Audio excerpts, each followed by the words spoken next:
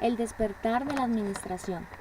La contribución de este periodo fue la difusión y aplicación. No fue un periodo de innovación. Antes de 1700 la mayor parte de la manufactura utilizó capital limitado y en pequeña escala trabajadores poco preparados.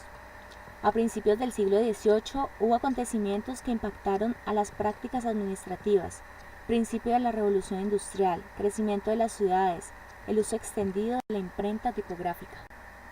Organización para la producción.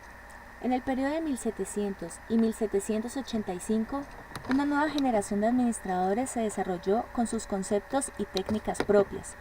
Quizás uno de los campos más importantes fue los campos de la organización de la producción básica, los cuales se pueden considerar mejor en un orden cronológico. Sistema doméstico. Este sistema fue uno de los más predominantes en la mayor parte del mundo occidental, albores del siglo XVIII. Aquí pues los trabajadores ven la necesidad de plantar y fabricar. Es así donde un individuo, persona y su familia produce bienes ya no para satisfacer sus necesidades, sino que ya produce más bienes para el trueque o la venta. Es aquí donde el sistema doméstico ha llegado a su pleno florecimiento. Ese sistema tuvo un largo periodo debido a dos factores de suma importancia: pequeñez de inversión requerida para emprender semejante empresa y la dispersión de la población. Bajo este sistema hubo reducidas oportunidades y menos incentivo para desarrollar o adoptar técnicas sofisticadas, también las barreras educativas. Sistema del trabajo a domicilio. El sistema del trabajo a domicilio fue la evolución lógica del sistema doméstico, donde los empresarios contrataban a precios fijos la producción entre familias. Pese a que este sistema no fue un gran salto, es más importante que su predecesor, porque es donde se marca el cambio en el estatus de los trabajadores de manufactureo independiente al empleador. Sistema fabril. Así pues, en este sistema ya se han instaurado la maquinaria, y es aquí donde el trabajador debe ir donde la máquina, la factoría, donde fuera supervisado el trabajador y la máquina en grupos en lugar de individualmente. De este modo, desde el punto de vista técnico, se puede decir que el sistema fabril fue introducido de una costosa maquinaria. Más de un punto de vista administrativo, el factor decisivo debe haber sido el deseo de controlar hombres, materiales y máquinas. La administración bajo el sistema fabril se caracterizó por un estricto control y organización militar. Primeras prácticas del concepto administrativo. Los productos continuaron haciéndose de materiales no estandarizados y utilizando métodos no uniformes, resultando así productos de calidad variable. La forma más común de control de calidad fue la inspección de producto por el comprador, bajo la ley del derecho común como de caveat emptor, advertencia de falta de peso, calidad o fuerzas debidos. Control de producción. Guarda un estado primitivo. Consiste principalmente en bajas tasas por pieza y una dura conducción de la supervisión. El control financiero fue quizás el aspecto mejor desarrollado del temprano control administrativo. Adam Smith habla del control en su libro Riquezas de las Naciones, cuando afirma que para controlar confiadamente a una persona deberá sujetársele contablemente sus realizaciones sobre quien sea incapaz de ejercer cualquier influencia significativa. Adam Smith habla del control en su libro Riquezas de las Naciones, cuando afirma que para controlar confiadamente a una persona deberá sujetársele contablemente sus realizaciones sobre quien sea capaz de ejercer cualquier influencia significativa. Durante el siglo XVIII empezó a reconocerse el valor de una planificación explícita y cuidadosa. Smith reconoce la necesidad de computar la amortización, buscando un método de ampliación en la compra y reemplazo de la maquinaria. Función administrativa de dirección comenzó a tener importancia con la llegada al sistema fabril. James Stewart, en una de las citas de Stewart, hace referencia a que el poder arbitrario nunca puede ser delegado, pues si es arbitrario puede volverse contra el monarca o contra el sometido. Él mismo fue bastante cuidadoso con los problemas inherentes a la manufactura de bienes en sus referencias a la habilidad adquirida por la función repetitiva. La amortización también existió como una amenaza en los tiempos de Stewart. Adam Smith, economista, énfasis en la división de trabajo. Se refiere al hablar de división del trabajo que se puede ser más eficiente, además que cada obrero se especializa en una tarea, lo que permite que le haga de forma más eficiente e incluso se ahorra tiempo al no tener que pasar de una tarea a otra. Richard Arkwright, excelente organizador y administrador, centrándose en la columna vertebral de la revolución industrial, la industria del algodón. Además fue impulsor y practicante de conceptos en la administración de personas como no dejar que las horas laborales de sus trabajadores excedieran las 12 horas. La fundición Soho. Para construir la factoría Soho fue muy detallado y meticuloso.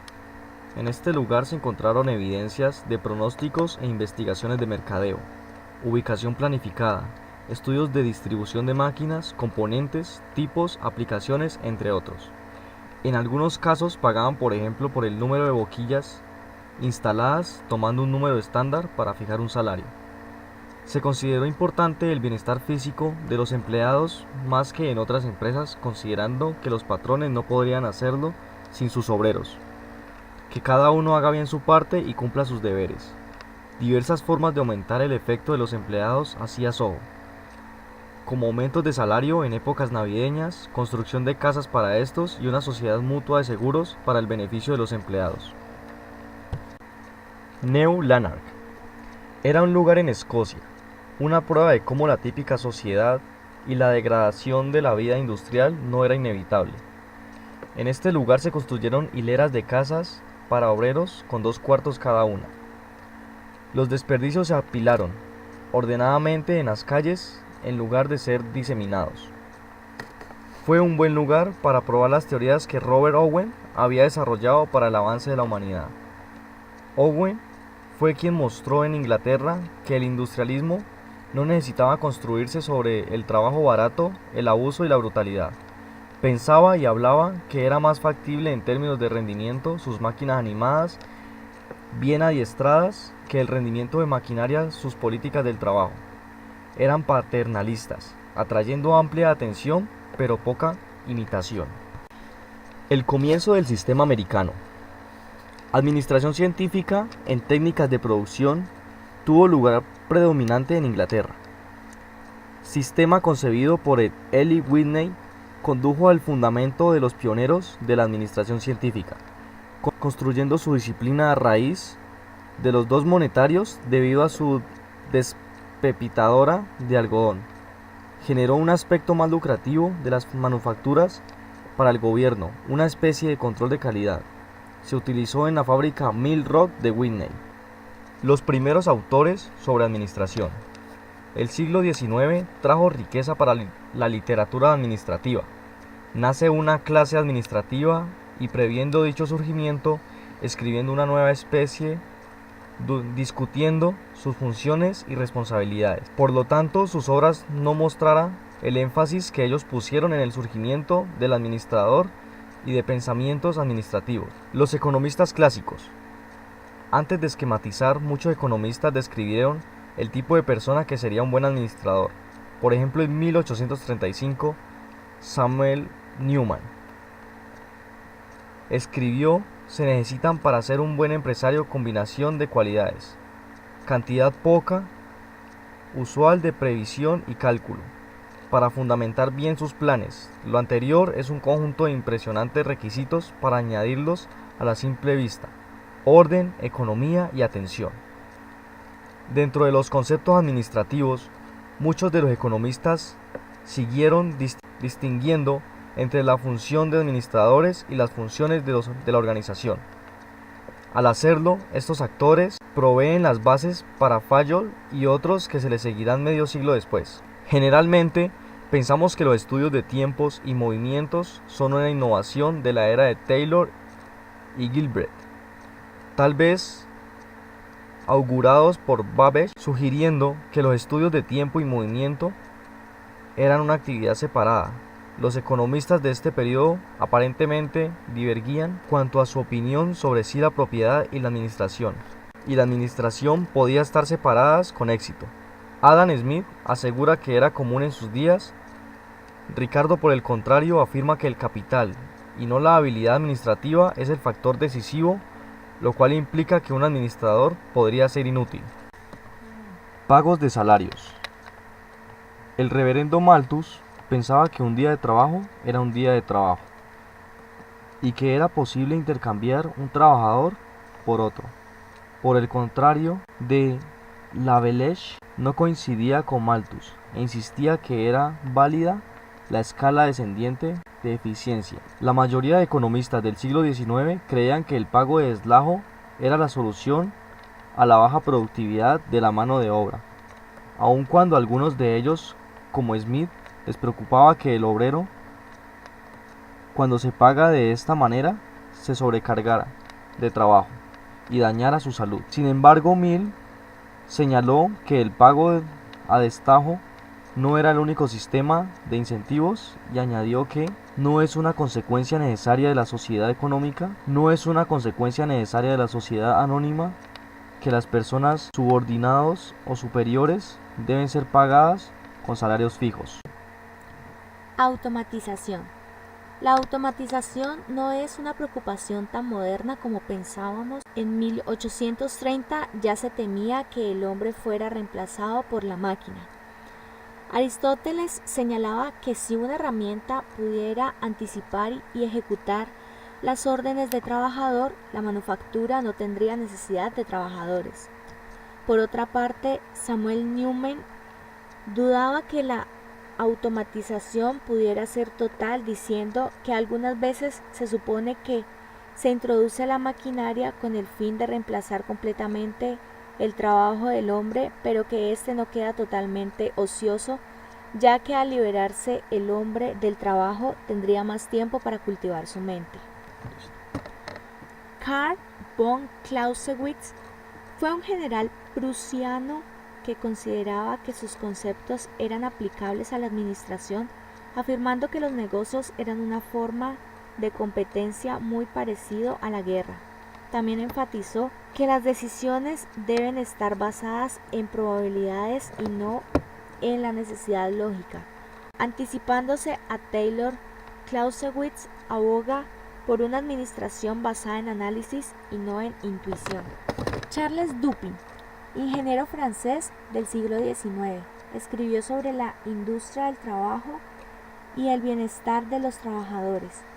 Hizo un estudio sobre la marina inglesa donde reconoció que los principios que deseaba que fueran copiados de la marina pertenecen a la administración de personal y relaciones humanas. Siendo ingeniero, la contribución de Dupin fue principalmente en el desarrollo de la producción científica. Sin embargo, sus obras muestran mayor interés por factores humanos tales como el personal y bienestar de los empleados. Charles Babbage contribuyó al inicio y desarrollo del enfoque científico del estudio de la administración. Era consciente de los principios de la administración eran aplicables a cualquier campo donde la coordinación del esfuerzo humano fuera esencial para el logro de los objetivos. A Babbage le interesó no el diseño y construcción de la máquina, sino su utilización y la organización de los seres humanos con este propósito.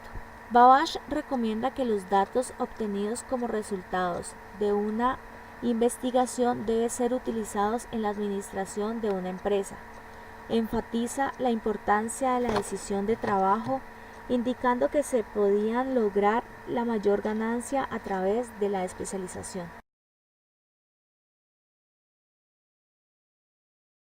Jevons contribuye al desarrollo del pensamiento económico inglés acerca del espíritu y la disciplina de la ciencia pura.